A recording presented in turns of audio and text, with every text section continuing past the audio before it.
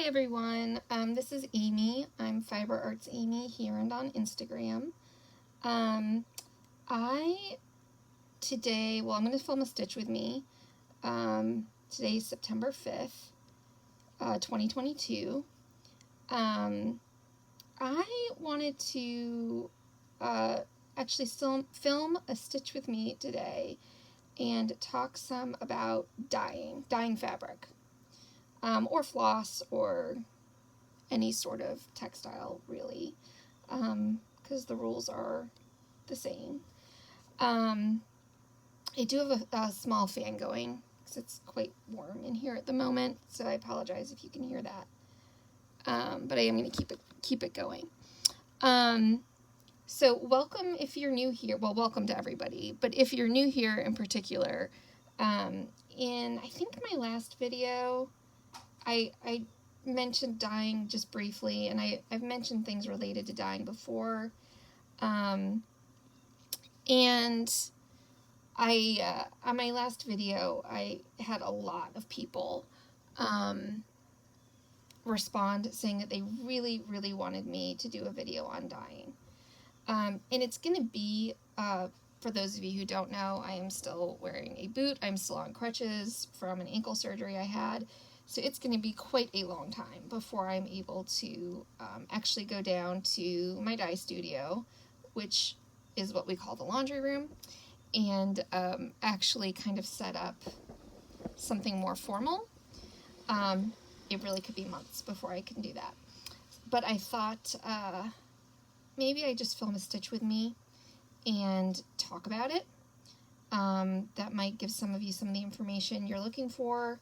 Some places to start if you're interested in dyeing your own materials, or just being a more well-informed consumer when it comes to purchasing things. So yeah, I'm stuck in place. So I'm just gonna chat about dyeing, mostly about dyeing today, and stitch. Hopefully like you guys can see this okay. Oh, this video might never go up. I can't really see what you're seeing very easily. I have my iPad, which is where I'm filming, propped on a stool. Oh, I hope this is gonna go okay. It's propped on a stool on like a little iPad holder thing, but the stool is on my bed, so you're probably gonna shake, and I'm sorry about that. It was kind of the best I could figure out for where I'm stuck right now. And I am working on Miss Cherry Blossom from Mirabilia. Let me see if I can pull up a good picture of it really quickly. Because I obviously don't have much done. Miss Cherry Blossom, Mirabilia. Alright. Let's see if I can figure out how to get this on here. So there's what Miss Cherry Blossom looks like. It's MD 153, I believe. I don't have a ton done on her. I started her, I think, a couple of years ago. And haven't done much on her, but she's been calling to me lately. And I just want to make a little progress. Lately, at least, on the weekends, I seem to kind of have like focus pieces I work on a lot during the week, and then on the weekend, especially with my kids more around and everything, I tend to pick up kind of different things that aren't focus pieces so much, and something I'm not intending to work till a finish on, but that I just want to make some progress on. So anyway, yeah, I pulled Miss Cherry Blossom out the other day. Thought I'd just make a little progress on her this weekend. This is the start of her parasol. I don't even know if this is on screen. Start of her parasol up here, and then I'm working on her hair. Okay, so dyeing. I have no idea how long I'm going to yammer on. You guys already know because you've seen the video length, but I don't know. So I know, let me start by saying I know a lot about dyeing. But there's even more I don't know. Okay, so I just think that's an important caveat, and I wish more sources kind of identified themselves as to the level of knowledge they had before publishing things on the internet, because there's a lot of bad information out there, and there's a lot of bad information that has been passed around so much over the years that it really has become an old wives' tale. And it's certain things that are common knowledge are actually false, such as, I mentioned it, I think, in my last video, the whole using vinegar to set dye thing. That is such an oversimplification as to actually be incorrect in many situations, particularly the situations that cross-stitchers are likely to find themselves in. So, yeah. Anyway, dyeing. So, I don't know everything, so even, I guess, what I say, take with a grain of salt. You should know your sources when you're looking information up,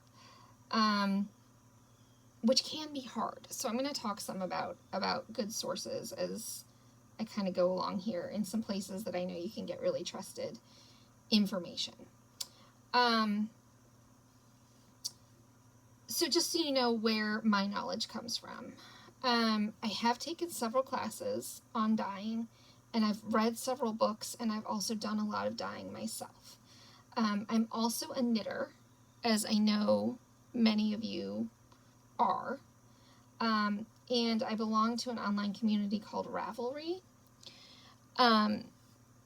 So Ravelry, if you are a knitter or crocheter or weaver or spinner and you're not on there, I strongly suggest you go on there. So Ravelry is this enormous online community for fiber artists, and they have groups dedicated to basically every topic you could imagine, and they have several groups that are devoted to dyeing.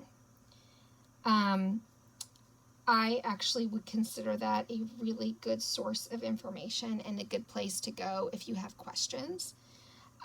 Because there's a lot of people on there who don't know what they're doing, but there's also a lot of people on there who do know what they're doing.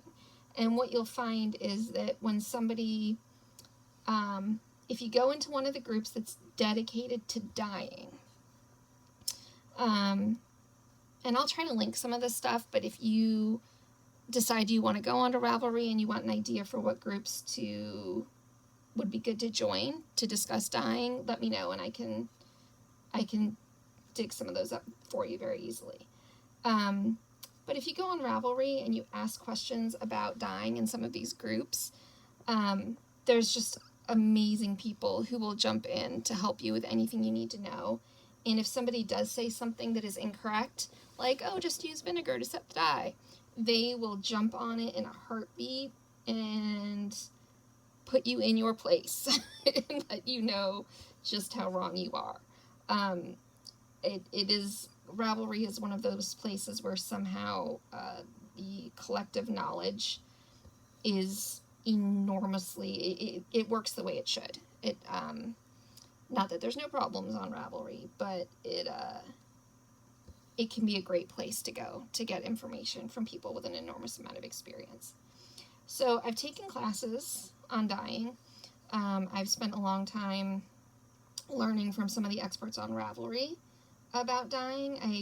I own and have read several books about dyeing, and I have done a lot of dyeing myself. Now, most of the dyeing I have done is of yarn, since I am a knitter. But, and I apologize if I don't go through this kind of information in a way that makes most sense to your brain. I'm doing the best I can. And please feel free to ask questions in the comments or DM me on Instagram, and I will help in any way I can.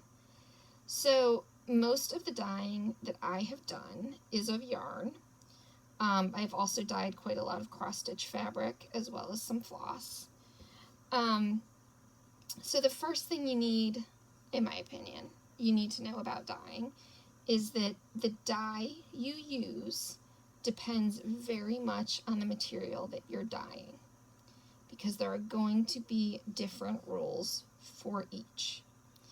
So, generally, our fabrics and fibers are divided into cellulose fibers. Those are things that come from plants. Okay, so linen, I should tell you I'm stitching on a Wishlet linen right now. A lot of us stitch on linen for cross stitch. Also Aida, cotton Aida is going to be a cellulose fiber because it comes from a plant.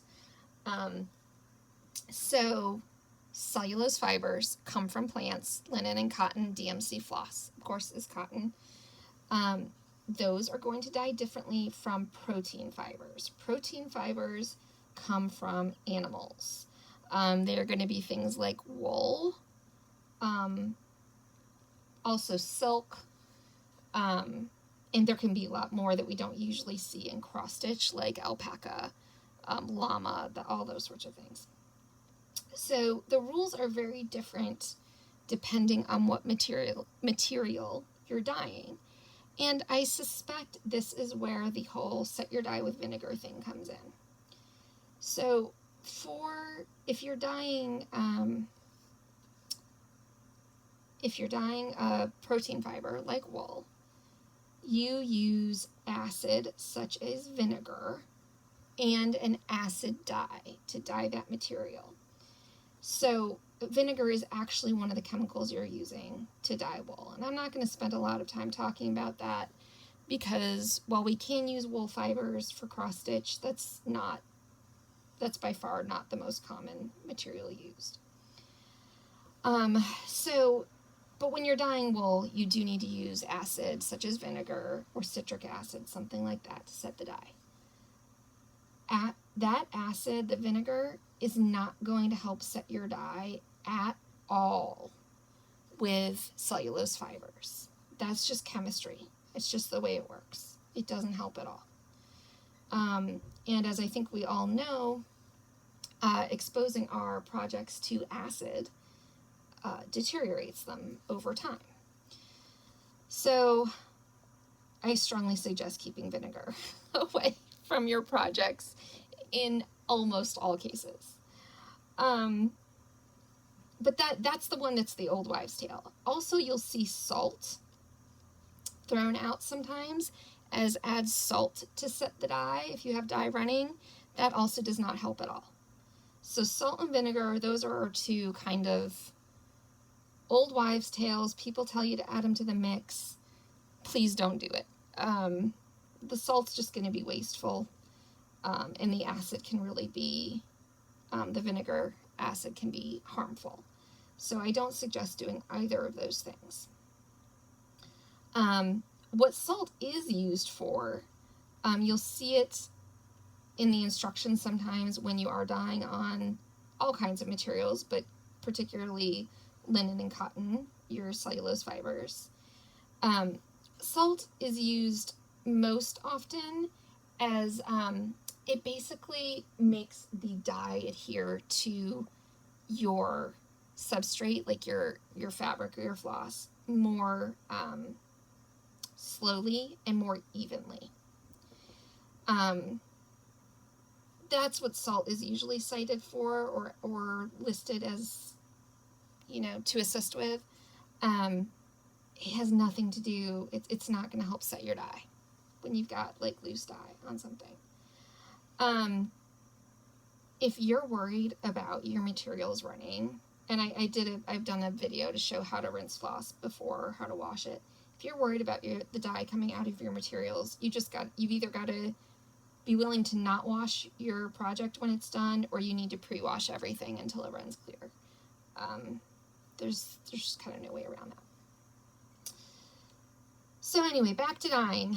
The sorts of dyeing we would likely do with linen, cotton fabrics or flosses.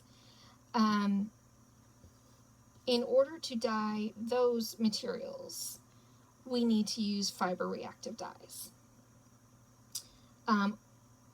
There's also a whole kind of its own area of dyeing, which is basically dyeing with natural dyes. So in my brain, the way I think about it is we have acid dyeing for protein fibers. So that's your wool yarn, and primarily your wool yarn. And that we don't usually do in cross stitch.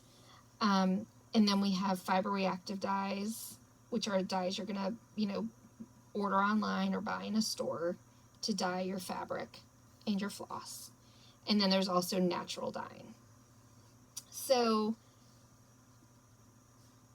I'm gonna talk about natural dyeing and your fiber reactive dyes separately. Okay. So your fiber reactive dyes, and these are things like the one that I have experience with is Jacquard dyes, fiber reactive dyes, Procyon, Jacquard, Procyon, fiber reactive dyes. You'll hear them referred to each of those ways. They're readily available online. I have bought them at the, there's a place that I go to take dyeing classes, as well as like weaving classes and spinning classes, and that sort of thing. And they carry both acid dyes and fiber reactive dyes, as well as natural dyes. And that's where I usually get mine. You can also order them online. The shop I've used most often for ordering mine is Dharma Trading, and I will link that down below. Make sure I'm still in screen. I hope you can see what I'm stitching. So if you're trying to dye cross-stitch fabric, specifically fabric that's made of cotton or linen, so that's going to be linen, Aida, Monaco. Also, I'm going to throw in here, because obviously some of you stitch on synthetic fabrics. Lugana. I don't particularly care for stitching on the even weaves other than linen. So I don't usually dye them, although I have, but I don't usually. If you're stitching on a synthetic, the important thing that you do is actually that you read the instructions from the manufacturer of whichever dye you're using. They're going to tell you, like when you go to buy a bottle of dye, or a jar of dye powder, it's going to tell you what materials that can dye. And they're not going to tell you it'll dye Lugana, but it will tell you that it's suitable for dyeing polyester, for example, or acrylic, or whatever. It'll give you, or rayon, it'll give you that information. Just make sure you're buying a dye that says that it can dye the fabric, the fiber content of the fabric you are trying to dye. Keep in mind that rayon, a lot of rayon is sold as bamboo, rayon from bamboo. Bamboo is a plant, so some people, like, I guess the assumption would be that, well, bamboo, that's a plant fiber, right? Because it's from bamboo. It's not actually correct. By the time they have processed bamboo into rayon, there is no chemical characteristic left of it being bamboo at all. You can buy bamboo as a, what would be called a based fiber, meaning that it hasn't been turned into rayon. But if it's rayon, even if it's rayon from bamboo, you need to look for the word rayon, okay? So, I feel like my teacher voice is on. I don't know if that's a good thing or a bad thing. A lot of you know that I am a teacher. I'm a teacher at heart. I'm going to say, and I probably should have said this at the beginning, so I'm trying to give you guys kind of a short course of all the information that I happen to know about dyeing. But I'm not trying to either promote any one sort of dyeing or be really down on any one sort of dyeing. What I really am, and I guess an advocate for, is knowing what you're doing. right? So there's some types of dye that are extremely light fast, color fast, wash fast. They're going to last a long time. They're very sturdy and long lasting. And they also take a bit more work to do. And then there's other types of dyeing that are more quick and easy, more accessible to the sort of, random person, random stitcher in their home wanting to play around with some dyeing. And I'm not here to say that any one kind of dyeing is better than another. What I do believe is that different sorts of dyeing are more appropriate for different situations. So what I would hope is that after listening to me today, if any of you are still with me, is that you have a better understanding of what dyeing is appropriate for which situation. So that if, for example, you really want to dye your own piece of fabric for some sort of heirloom piece that you're stitching, and you want to make sure that that stitching is going to last and look beautiful forever and not change in its appearance, that you then know where to go and what sorts of materials to look for to do that dyeing yourself.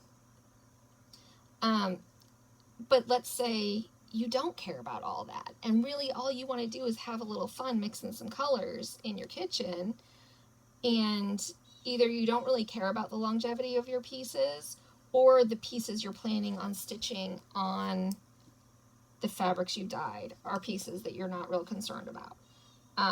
Maybe they're smalls or seasonal pieces or something that you understand what dyes and whatnot you can use to easily have fun without kind of going, to excess,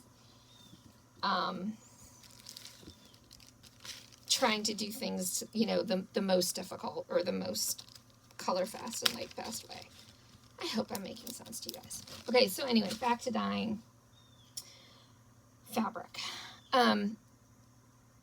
There are different ways to go about it.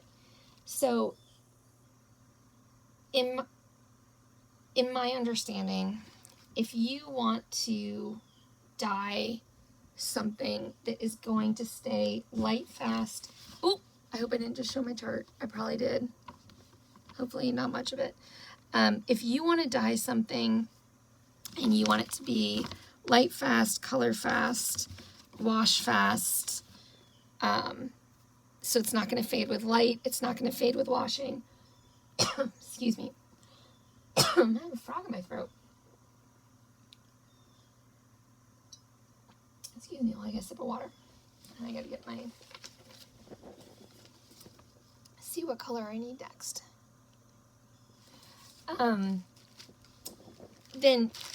So if you're looking for the basically highest quality dyes you can get, because you want this fabric to last forever, or as close to forever as you're going to get, I would suggest using the Jacquard Procyon dyes. And I will write that down below, because that can be a tough one to spell. Again, the place I typically get those are Dharma Trading, but you can also Google that for them and get them from all sorts of places. I have noticed that on places like Amazon, like with many things these days, there may be times when you can get things for a great price on Amazon, and there's going to be other times that you can get a much better price elsewhere. I would at least, if you're going to Amazon, at least check a place like Dharma Trading. That's always going to have kind of they're like a Target, okay? They're going to have like a standard fair price for the item. It's not going to go like up and down crazy like you can on Amazon. So anyway, Jacquard Procyon dyes I think are the way to go. Now, generally speaking, if you're going to dye with these, it's a multi-step process. If you don't follow the process, your dye is not going to be wash fast. It will wash out of the fabric. I've wondered if that isn't why some, and this is just me wondering, I do not have any evidence for this. But I have wondered if that isn't why some commercial dyers, hand dyers in the cross-stitch world, why their fabric is not wash fast. Most dyers will have kind of a caveat that, you know, colors can run because they're covering their butts, right? Like, colors can always potentially run. A mistake could be made. But other dyers, I know from experience, their colors simply are not wash fast at all. The dye just washes right out of the fabric. And I have wondered if they, and specifically I'm thinking of dyers who claim to be using high quality dyes, such as the Jacquard Procyon dyes. I have wondered if maybe they're just using the great dye but not following the process they're supposed to. Anyway, so the Jacquard dyes, and I'm sorry, sometimes I like really Frenchify some of my words. That's just because my mom was a French teacher. So yeah, sometimes words come out of my mouth with a more of a French, probably bad French accent, but like more of a French pronunciation. The Jacquard Procyon dyes, they, and I know there's other dye companies out there.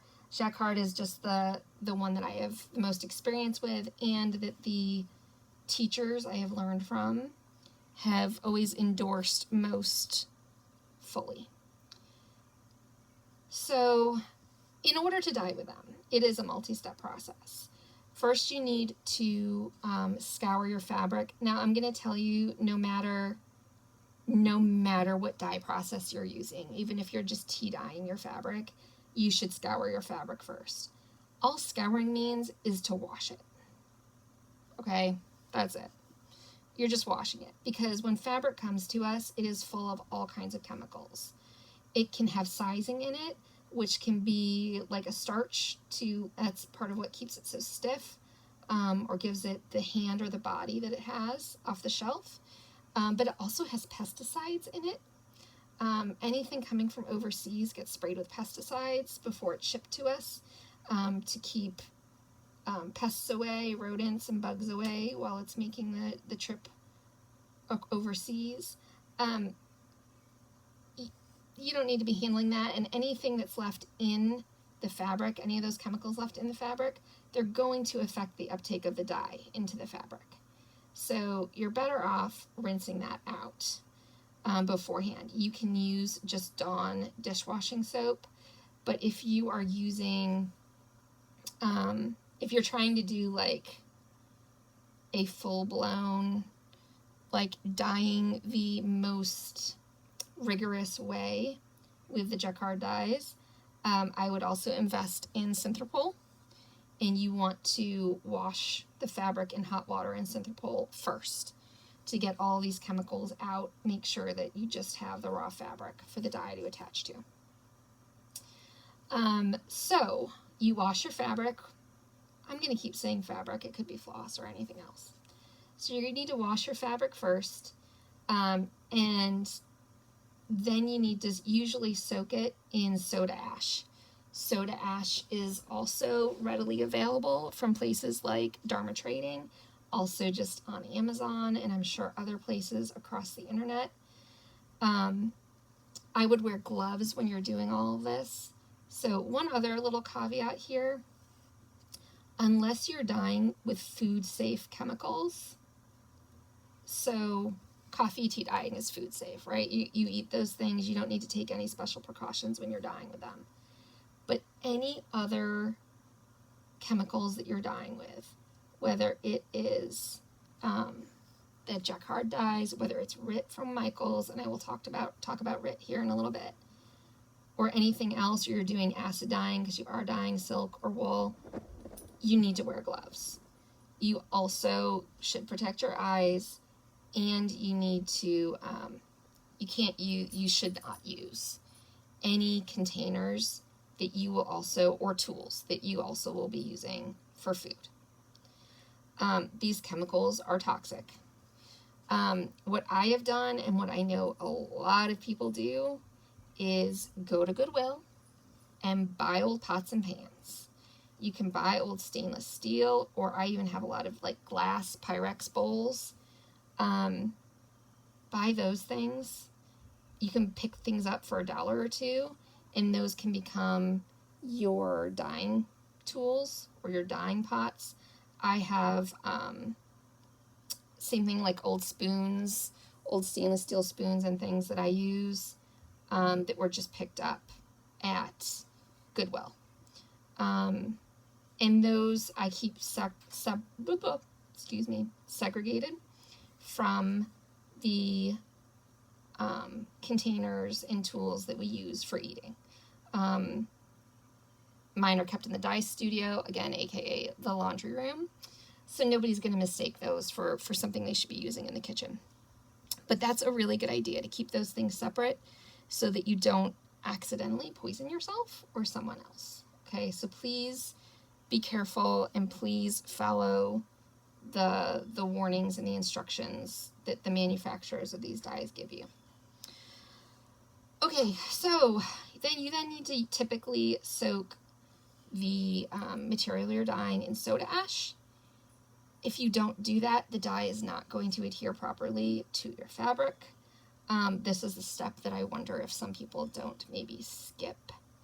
Anyway, they attach things or you soak in soda ash, and then you kind of last step is use the dye. Most dyes of any sort require heat and or time to soak into the material. And this is where experience really helps. So part of why I would say or a large part of where my knowledge of dyeing comes from is experience. I've done enough of it that I have some experience. I have some knowledge built up just from firsthand experience and the things that I've actually done. But depending on what chemical you're using to dye, whether it's Jacquard or a different brand, you might want to actually use a burner and heat up your pot on a stove. Now, I have, again, to keep things segregated, because I don't want to be boiling chemicals in my kitchen where my family can therefore breathe in all these chemicals that I'm, boiling off. I have a heating hot plate that I use. It's just a single burner, and I use that usually outside. We have my dye studio opens out into our back patio, and I have a table I will just put the hot plate on outside. There's a outlet there, and so there's plenty of ventilation while I am heating something up. So if I'm going to invest in something like Jacquard dyes or one of the other brands that make similarly high quality cellulose fiber dyes, fiber reactive dyes, I'm going to follow the instructions properly on the package, and that's what I would encourage you to do. And they might vary slightly from one company to the next. And if they tell me to, keep something at a certain temperature for a certain amount of time, I'm going to do that. Because they know what they're doing. They've manufactured their dyes to work a certain way. And if you want them to work as expected, you should follow their instructions. And like I said, Jacquard is just the company I know off the top of my head because I've used them so much. But there are other companies. I actually think Dharma Trading makes its own dyes. So if I am going to, this is me personally, if I know I want to dye fabric that I'm going to use for a cross-stitch piece that I really care about, that's, an heirloom quality type piece, my first step would be to go research fiber reactive dyes, find the company that has the colors that I want to play with, and follow their instructions to a T. I would make sure that their dyes are going to work on the fabric I want to dye, and I'm going to gather all the materials they tell me to. And also, I think this goes without saying, let's say you're planning on doing, let's say a Hawk Run Hollow, and it's going to be a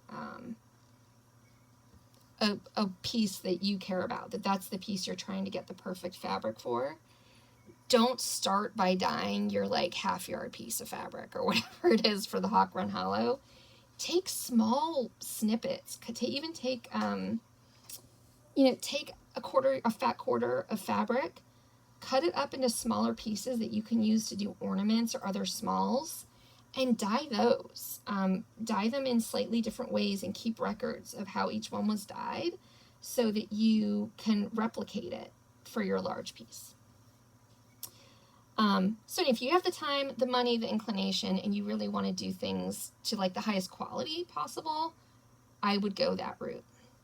And I'm not going to, when I'm up and about again, I will go to my basement, aka dye studio, and do like, this is how I do it, like a video of me dyeing with those dyes.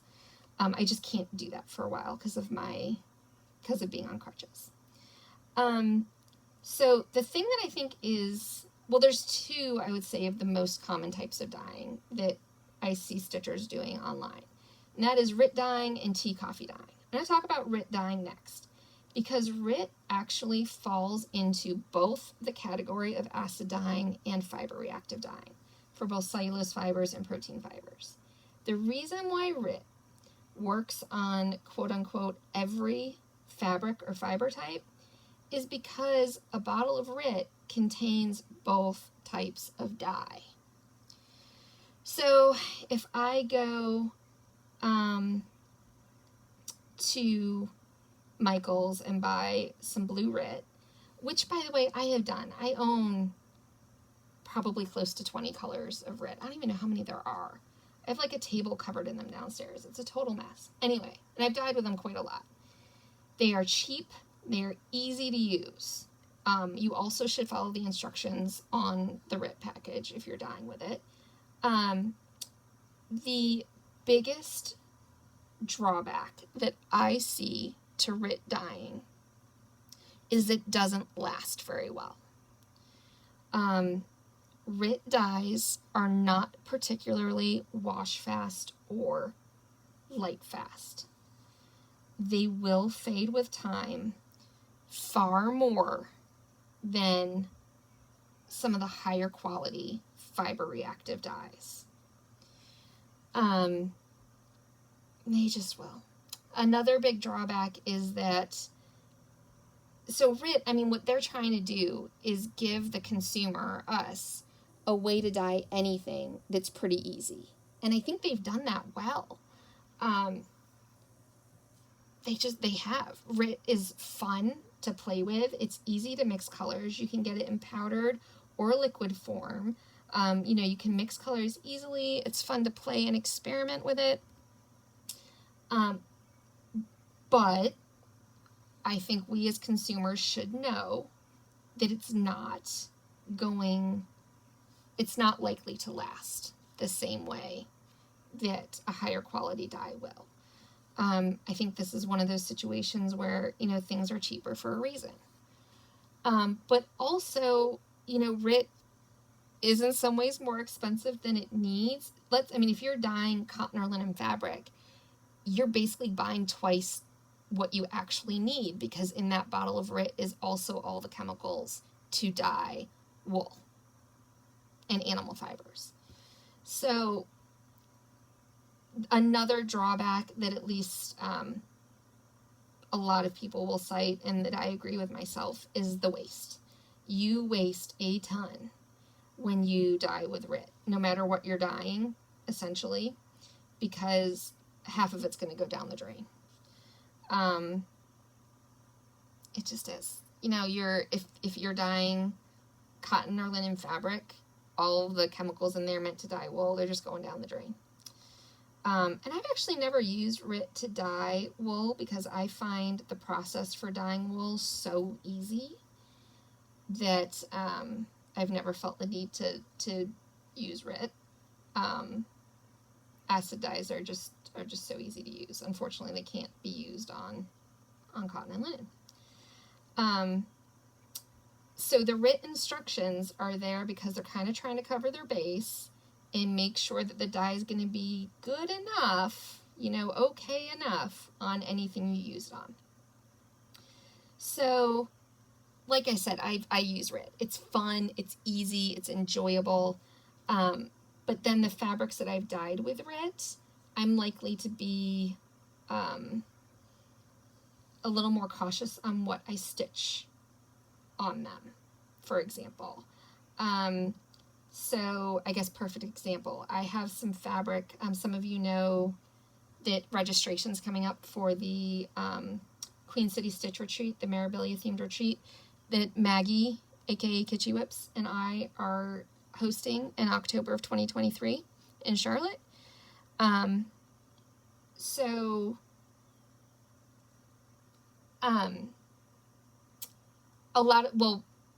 What a lot of us are doing is stitching. We're planning on bringing the Mirabilia Charlotte with us to stitch at the Charlotte retreat.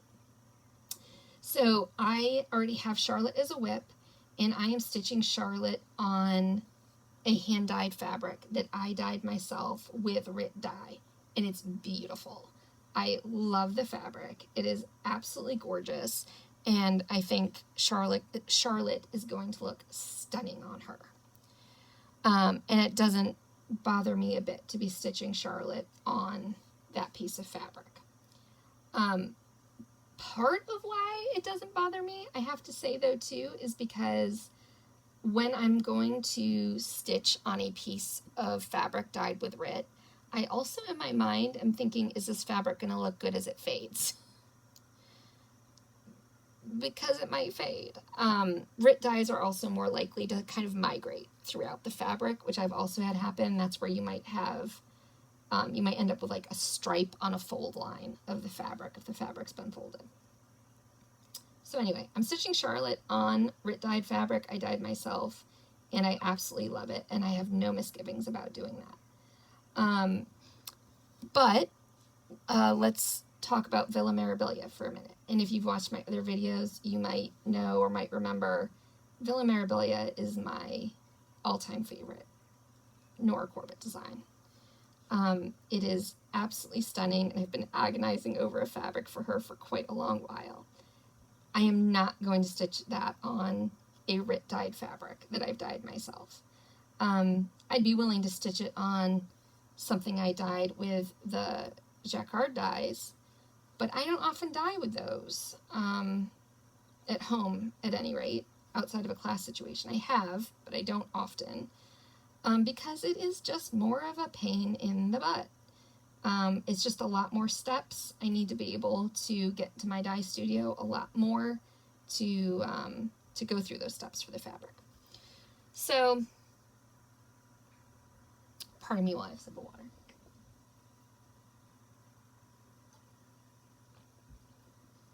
Okay, so, am I still in frame? I hope I'm in frame while I'm stitching. So, anyway, RIT dyes, there's nothing wrong with them at all. And there's actually a lot that I think is right with them, including making fabric dyeing more accessible to all of us. Making it easier to play with color, which I think we all know is just so incredibly fun. But I wouldn't use it for everything. So the other type of dyeing I want to talk about is, let me go back to RIT dyeing for a minute, because there's some misconceptions out there with RIT dyeing as well.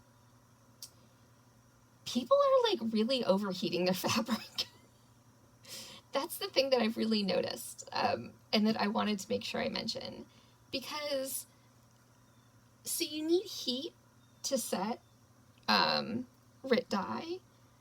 That heat does not need to be excessive. I happen to have hot water that comes out of my tap extremely hot. I just use that. That's all it needs to set the dye. You can certainly, if you want to be more thorough, you could certainly put your pot containing your fabric and your RIT dye on a burner, for 20 or 30 minutes, and that would do a better job of setting the dye. But you do not need to boil it, and you certainly do not need to boil it and then bake it in your stove, or in your oven rather. And again, you shouldn't really be putting these chemicals in your oven anyway, unless it's an oven that's not used for food, because they will kind of accumulate on the inside of the oven. And you wouldn't want to do this in any containers that you use for eating or preparing food that you're going to eat. Okay, so I think we can all be reassured that you don't need to go to such lengths to set RIT dye. You just don't. It doesn't take that much heat, and it doesn't need to be hot for that long in order for it to set. Okay, so the other category of dyeing I wanted to talk about is food safe dyeing. So food safe dyeing is actually it's certainly where I got the most experience earliest. I started dyeing, years ago. I'm also trying to count while I talk to y'all, because I'm doing the face now, complete with fractional stitches. It makes it harder to talk. You guys don't mind, right? I hope not. So food safe dyeing, there is so much cool stuff you can do with food safe dyeing. A lot of what I did involved, again, yarn. I did a lot of yarn dyeing with my kids when they were little. I think I started dyeing probably, I'm going to say 11 years ago, when my oldest was still a baby.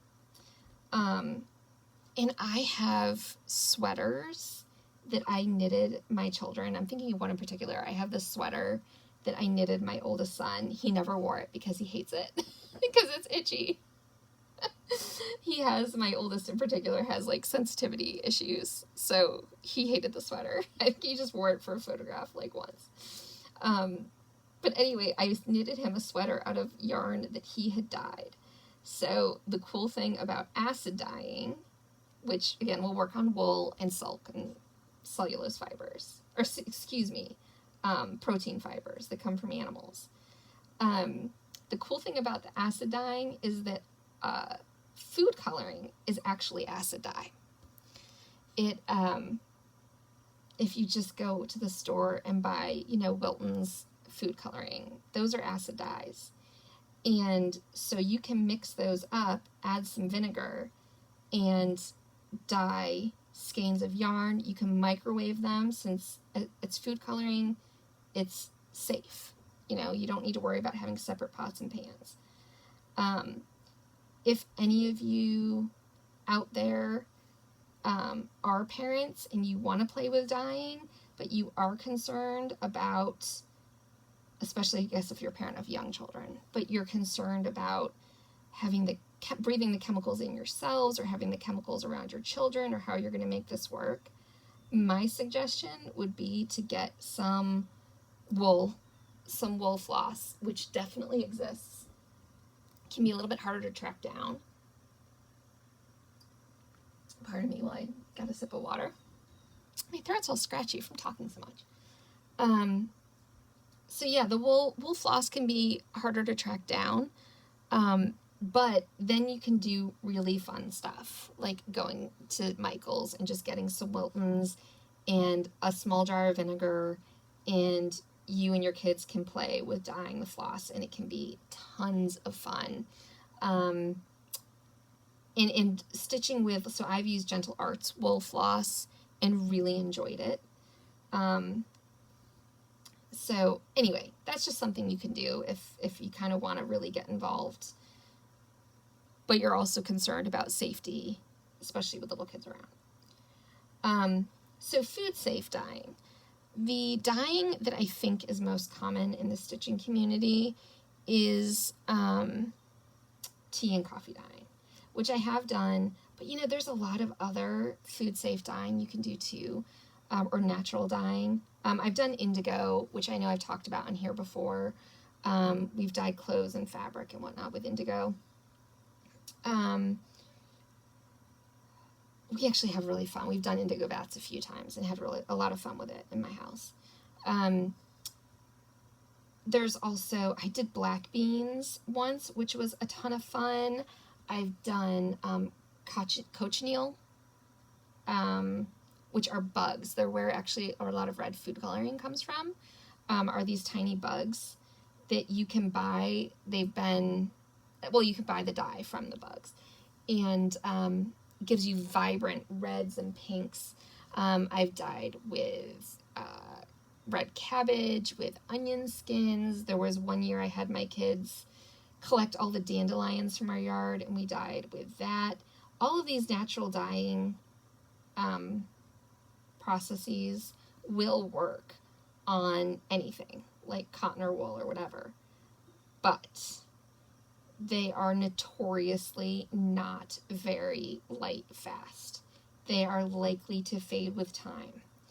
Most of them also require mordanting. Most of them, not all of them. Mordanting is typically soaking your whatever's going to be dyed, whether it's fabric or wool, in hot water as well as a mordant chemical. The most common mordant is alum. Alum you can buy in the grocery store. I believe it's used in pickling things. I've never pickled anything, but you can buy it in bulk from dye stores, or you can just pick some up at the grocery store. So again, it's food safe. So I did a lot of that kind of food safe dyeing, along with the food coloring, acid dyeing with my kids when my kids were in their really little phases. My youngest just turned 8. So they're kind of out of that phase at this point where I'm worried about somebody sticking something in their mouth that they shouldn't. So yeah, there's lots you can do with natural dyes. And not all natural dyes are food safe, but a lot are. But then there's others like madder and logwood and, sage orange. There's some that aren't edible, but they are quote-unquote natural. Well, and indigo falls in that category. Indigo isn't edible, but it is natural. But most of those natural dyes are not light fast. They're not going to last very well. So, back in the day, hundreds of years ago, somebody might use something to dye a cloak, and they might have to go back and re-dye the cloak a few years later as the colors faded out, and that's something they would do. But none of us, I think, are going to want to re-dye our cross-stitch after it's faded. So I wouldn't think that most of those natural dye processes would have much of a place in cross-stitch, although they can be tons of fun. Or if you want that faded look, then, go for it. I love experimenting with dyes. So if any of you find you really enjoy it, I would definitely encourage you to look into natural dyeing. So tea and coffee specifically. Tea and coffee, you don't have to mordant what you're dyeing before you put it in the tea and coffee. And the reason for that is that it's the tannins in the tea and coffee that are dyeing your, I'm going to assume fabric at this point. It's the tannins doing that, and they basically act as like a self-mordant. You don't have to mordant your fabric separately. So it's very easy. All you do is brew up some tea or coffee. If it was loose tea and coffee, then you need to, and I don't understand why people use tea and coffee, other than maybe getting 2 different shades of brown going on in there. But once you have them boiling in the pot together, you're going to get a relatively uniform color. I don't understand that. But whatever you've done, make sure that if it was like loose tea, for example, that you filtered it out so that you don't end up with actual tea leaves up against your fabric. unless that's the look you're going for. And then you just put your fabric in. So I'll tell you the way I would do it. If I've boiled tea, I would then take the tea bags out. I know when I've done it in the past, I've thrown like 10 tea bags and boiled them like good, like really boiled them for a good 10 or 15 minutes. Take out the tea bags, turn the heat off, and then just let my fabric go in the pot. There's so much heat in that water, you really don't need to add any more heat. If you wanted to keep it at a low simmer at a little bit of heat for 20 or 30 minutes, you could, but that's all you need to do. You don't need to then bake it, unless you are specifically putting wet. There is a technique you can do where you specifically are having some of the tea or coffee pool in certain areas of the fabric, and you want it to dry off while it's in the oven. If you're doing that as a specific technique, that's fine, but you don't need that extra time in the oven just to set the dye. But then there's the acid part of the equation, which is you need to rinse your fabric if you don't want the acid to stay in the fabric. That acid will eat away at your fabric pretty quickly, in all honesty. It won't take long. So here's the thing too. See, I worry a little about sounding really down on certain types of dyeing, and I don't mean to be. Tea and coffee dyeing can be super fun. It's quick and easy. It's totally, safe for us in terms of not having to worry about toxic chemicals. It can be really fun, and you can play with scrunching your fabric up in different ways or even folding it in different ways, and kind of seeing how things turn out depending on how you folded or scrunched your fabric. It can be tons and tons of fun, and it's very easy and very inexpensive and accessible. So I don't mean to be down on it at all. But, if I'm stitching maybe a small, pillow for my dough bowl on some fabric that I've tea coffee dyed, I would still rinse it, but maybe I wouldn't worry about it too much. I just rinse it some, let it dry, and then start, stitching away on it. If I am tea coffee dyeing fabric to stitch Hawk Run Hollow on, any one of those Hawk Run Hollow pieces that I'm probably going to be working on for years and that I hope will survive for decades to come, well, I'm going to rinse the heck out of my fabric to make sure that as much of that acid has come out as possible. And I guess I should talk a little bit about what rinsing it really means. In order to rinse fabric, no matter how I've dyed it, whether I've done tea coffee, whether I've done RIT, or whether I've done some of the jacquard dyes, the fiber reactive dyes, I first rinse it under a faucet until it rinses clear, meaning I don't see any more color coming through, and I'll just scrunch it up and kind of move it around as I rinse it under the faucet. And again, I'm not doing that in our sink that we use for food prep and stuff. I do that in our quote-unquote dye studio in our basement, where we have a stationary tub that I'll do that in. But I rinse the fabric until it runs clear, and then I let it soak in just plain old water, or sometimes soapy water. I'll use different soaps depending on what I'm doing. But you really need to give the water time to soak into the fibers, and that doesn't happen quickly. At a bare minimum, I would give it 30 minutes. And then after that soak, you're likely to see color in the water. And I will keep rinsing until with it soaking in a tub of water. I will keep those rinses going until I don't see any more water or any more color in that rinse water. And sometimes my fabric sits in that water for days, right? Like if there's a lot of dye coming off of something, and this is the same way I treat, or included in the way that I treat commercially bought fabrics. I will keep putting it in rinse water until there's no more color left in my bucket of water, my bin of water that I'm rinsing things in. And I've talked before about how I test to see if there's still dye that's coming out and whatnot. But I err on the side of longer soaks rather than shorter soaks. Those longer soaks are not going to hurt your fabric. But like, let's say you just do a quick rinse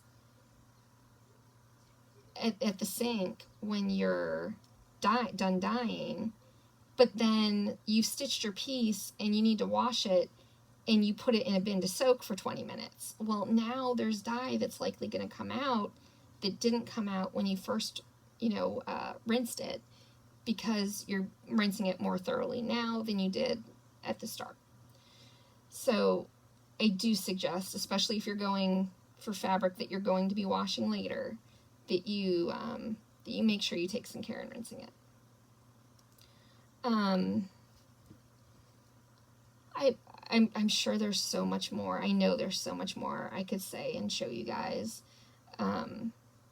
But some of that will have to be saved for when I'm mobile and up and about again on my leg. So there's a real limit to what I can do from my bed.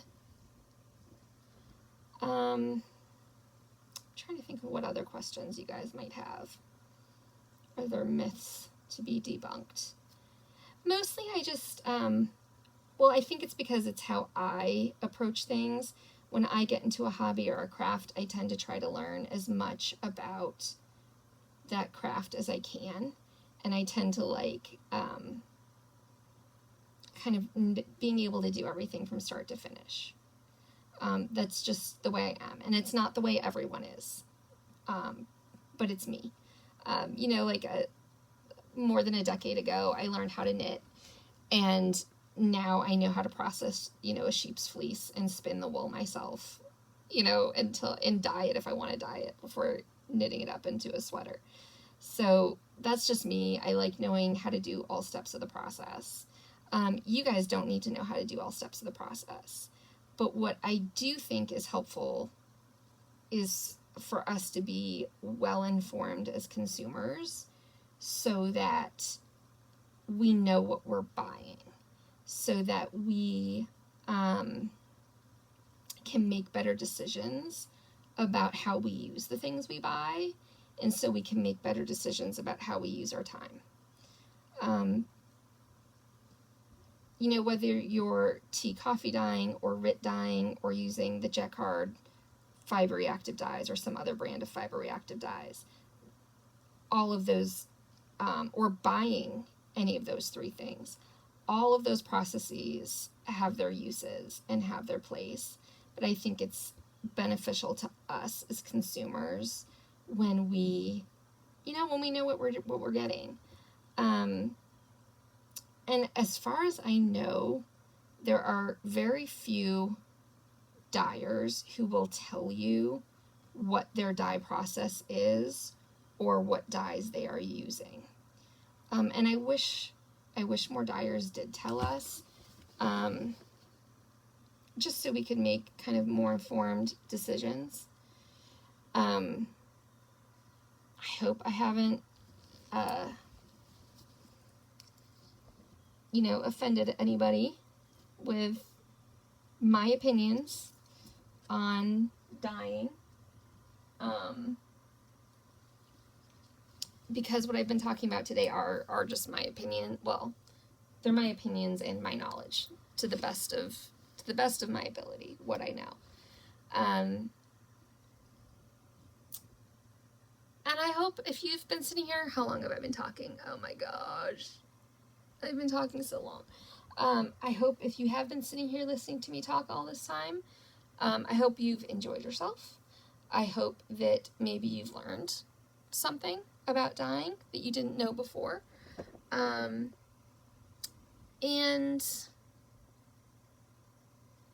I hope you got something out of it. If you didn't, that's okay too. I hope you enjoyed watching me stitch, I guess.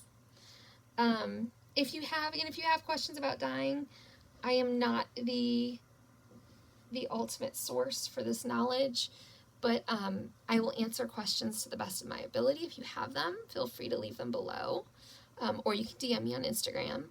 I will also put in the description box some good resources. If they're not there when the video, right when the video goes up, just check back an hour later and they should be there. But I will try to leave some resources, some good books that I know of about dyeing. I'll leave a link to Ravelry, leave a link to Dharma Trading, and some of the specific products that I talked about, in case you're looking into it more. Fabric is totally fun, right? Like, buying fabric is fun, and dyeing our own is like a whole other different kind of fun. And I hope if you decide to go for it and to get into it, that whichever route you choose, and there may be other routes out there that I don't even know about. I'm sure there are. Just like I know there's other brands of fiber reactive dyes that I simply haven't used before. If you decide to get into it, I hope you enjoy it. It can be so much fun. Oh, there was one other thing. See, I'm remembering things that I want to talk about that I forgot. One other thing that I wanted to mention, or talk about, I guess, is getting fabric from hand dyers. So I've gotten fabric from a lot of different hand dyers. Like most of us, I really enjoy getting new fabrics. I always, the first thing I do when I have a fabric from a new dyer is wash it, to test it out. So there are some dyers, and I'm not trying to out anybody here, so I'm going to kind of keep brand names out of it. But there are some dyers who say their fabrics are not wash fast or not color fast. These terms get thrown around sometimes without really, I think, people using them correctly. But if you wash their fabrics, in my experience, absolutely no dye comes out, and their fabrics look fantastic. There are some fabrics I have purchased that when I have washed them, most of the dye has simply come right out of the fabric. So, and then there are other fabrics that when I wash them, dye comes out in the water, but the look of the fabric doesn't change. Let's say I'm trying to dye some fabric blue. And so let's say I'm using my fiber reactive dyes and I'm doing everything the right way. And I'm sorry, I shouldn't have said the right way. I'm doing everything the most diligent way possible. And I'm following instructions from the manufacturer. And I've dyed my fabric blue, and then I go to rinse the fabric, and a whole lot of dye is coming out in the water. That doesn't necessarily mean that the color of my fabric is changing. If I've dyed the fabric per the instructions, the manufacturer's instructions, any excess dye that's coming out at that point is just that. It's excess dye. It's not going to change the color of the fabric. The fabric is still going to be the color it was dyed to be. There's just extra dye there that's coming out. There's one fabric manufacturer or dyer in particular that I am thinking of that it actually really bothers me how guilty they are of doing this, just because it is so wasteful, and in turn bad for the environment. Their dye, in my experience, habitually will release gobs and gobs and gobs. Their fabric releases so much dye. The color of the fabric never changes because the fabric was dyed properly. They just added way too much extra dye and then didn't rinse it out. So it's left to me to rinse it out. And if I can get it all rinsed out, then I have a very wash fast fabric left. Wash fast, it really just means that washing the fabric is not going to release extra dye and not going to change the color of the fabric. Color fast means that the color of the fabric is not going to change, and light fast means light's not going to fade it. And that's all those terms mean. So then there's this other dyer that I have experience with where washing the fabric, the dye actually came out of the fabric. And I mentioned this a little bit earlier. That's where I gotta wonder if maybe they haven't done what they were supposed to set the dye properly. Maybe they haven't gone through all the steps, unless they're actually using a dye that isn't meant to be set, which I suppose is possible. But I wonder why one would do that when there are so many dyes that are so fantastically color fast, light fast, and wash fast. Why one would choose to use a dye that can't be set. That's curious to me, and I'm just not sure why that choice would be made. And that's why I've chosen just not to buy those fabrics anymore. There's too many other great fabrics out there that are set by the dyer. There's no need to fool around with dyes that haven't been set. So when I get a fabric home and I'm washing it and dye is coming out of it and the color of the fabric is fading. That's how I know the dye hasn't been set in the fabric. If I'm washing the fabric and dye is coming out, a lot of dye is coming out, but the color of the fabric is not changing, that means the dye has been set, it just hasn't been rinsed enough, and in some cases, way too much dye has been used. I have a small knot. Way too much fabrics or dye has been used when dyeing the fabric. I have a really weird knot. You guys can see that. It's a really weird one. Usually my knots are easy. Oh, there we go. And then, there's a lot of dyers I get fabric from where very little or no dye comes out, and I couldn't be more pleased with that. Okay, I guess that's it. Again, I'll leave your questions below. I hope this kind of helped some of you. I will still plan on doing a dyeing video when I'm up and about, but again, that's just so far away that I wanted to yammer on about dyeing for a while. Thanks for joining me, guys. I hope you have fun, and I'll hopefully be back with a normal floss tube soon. Bye.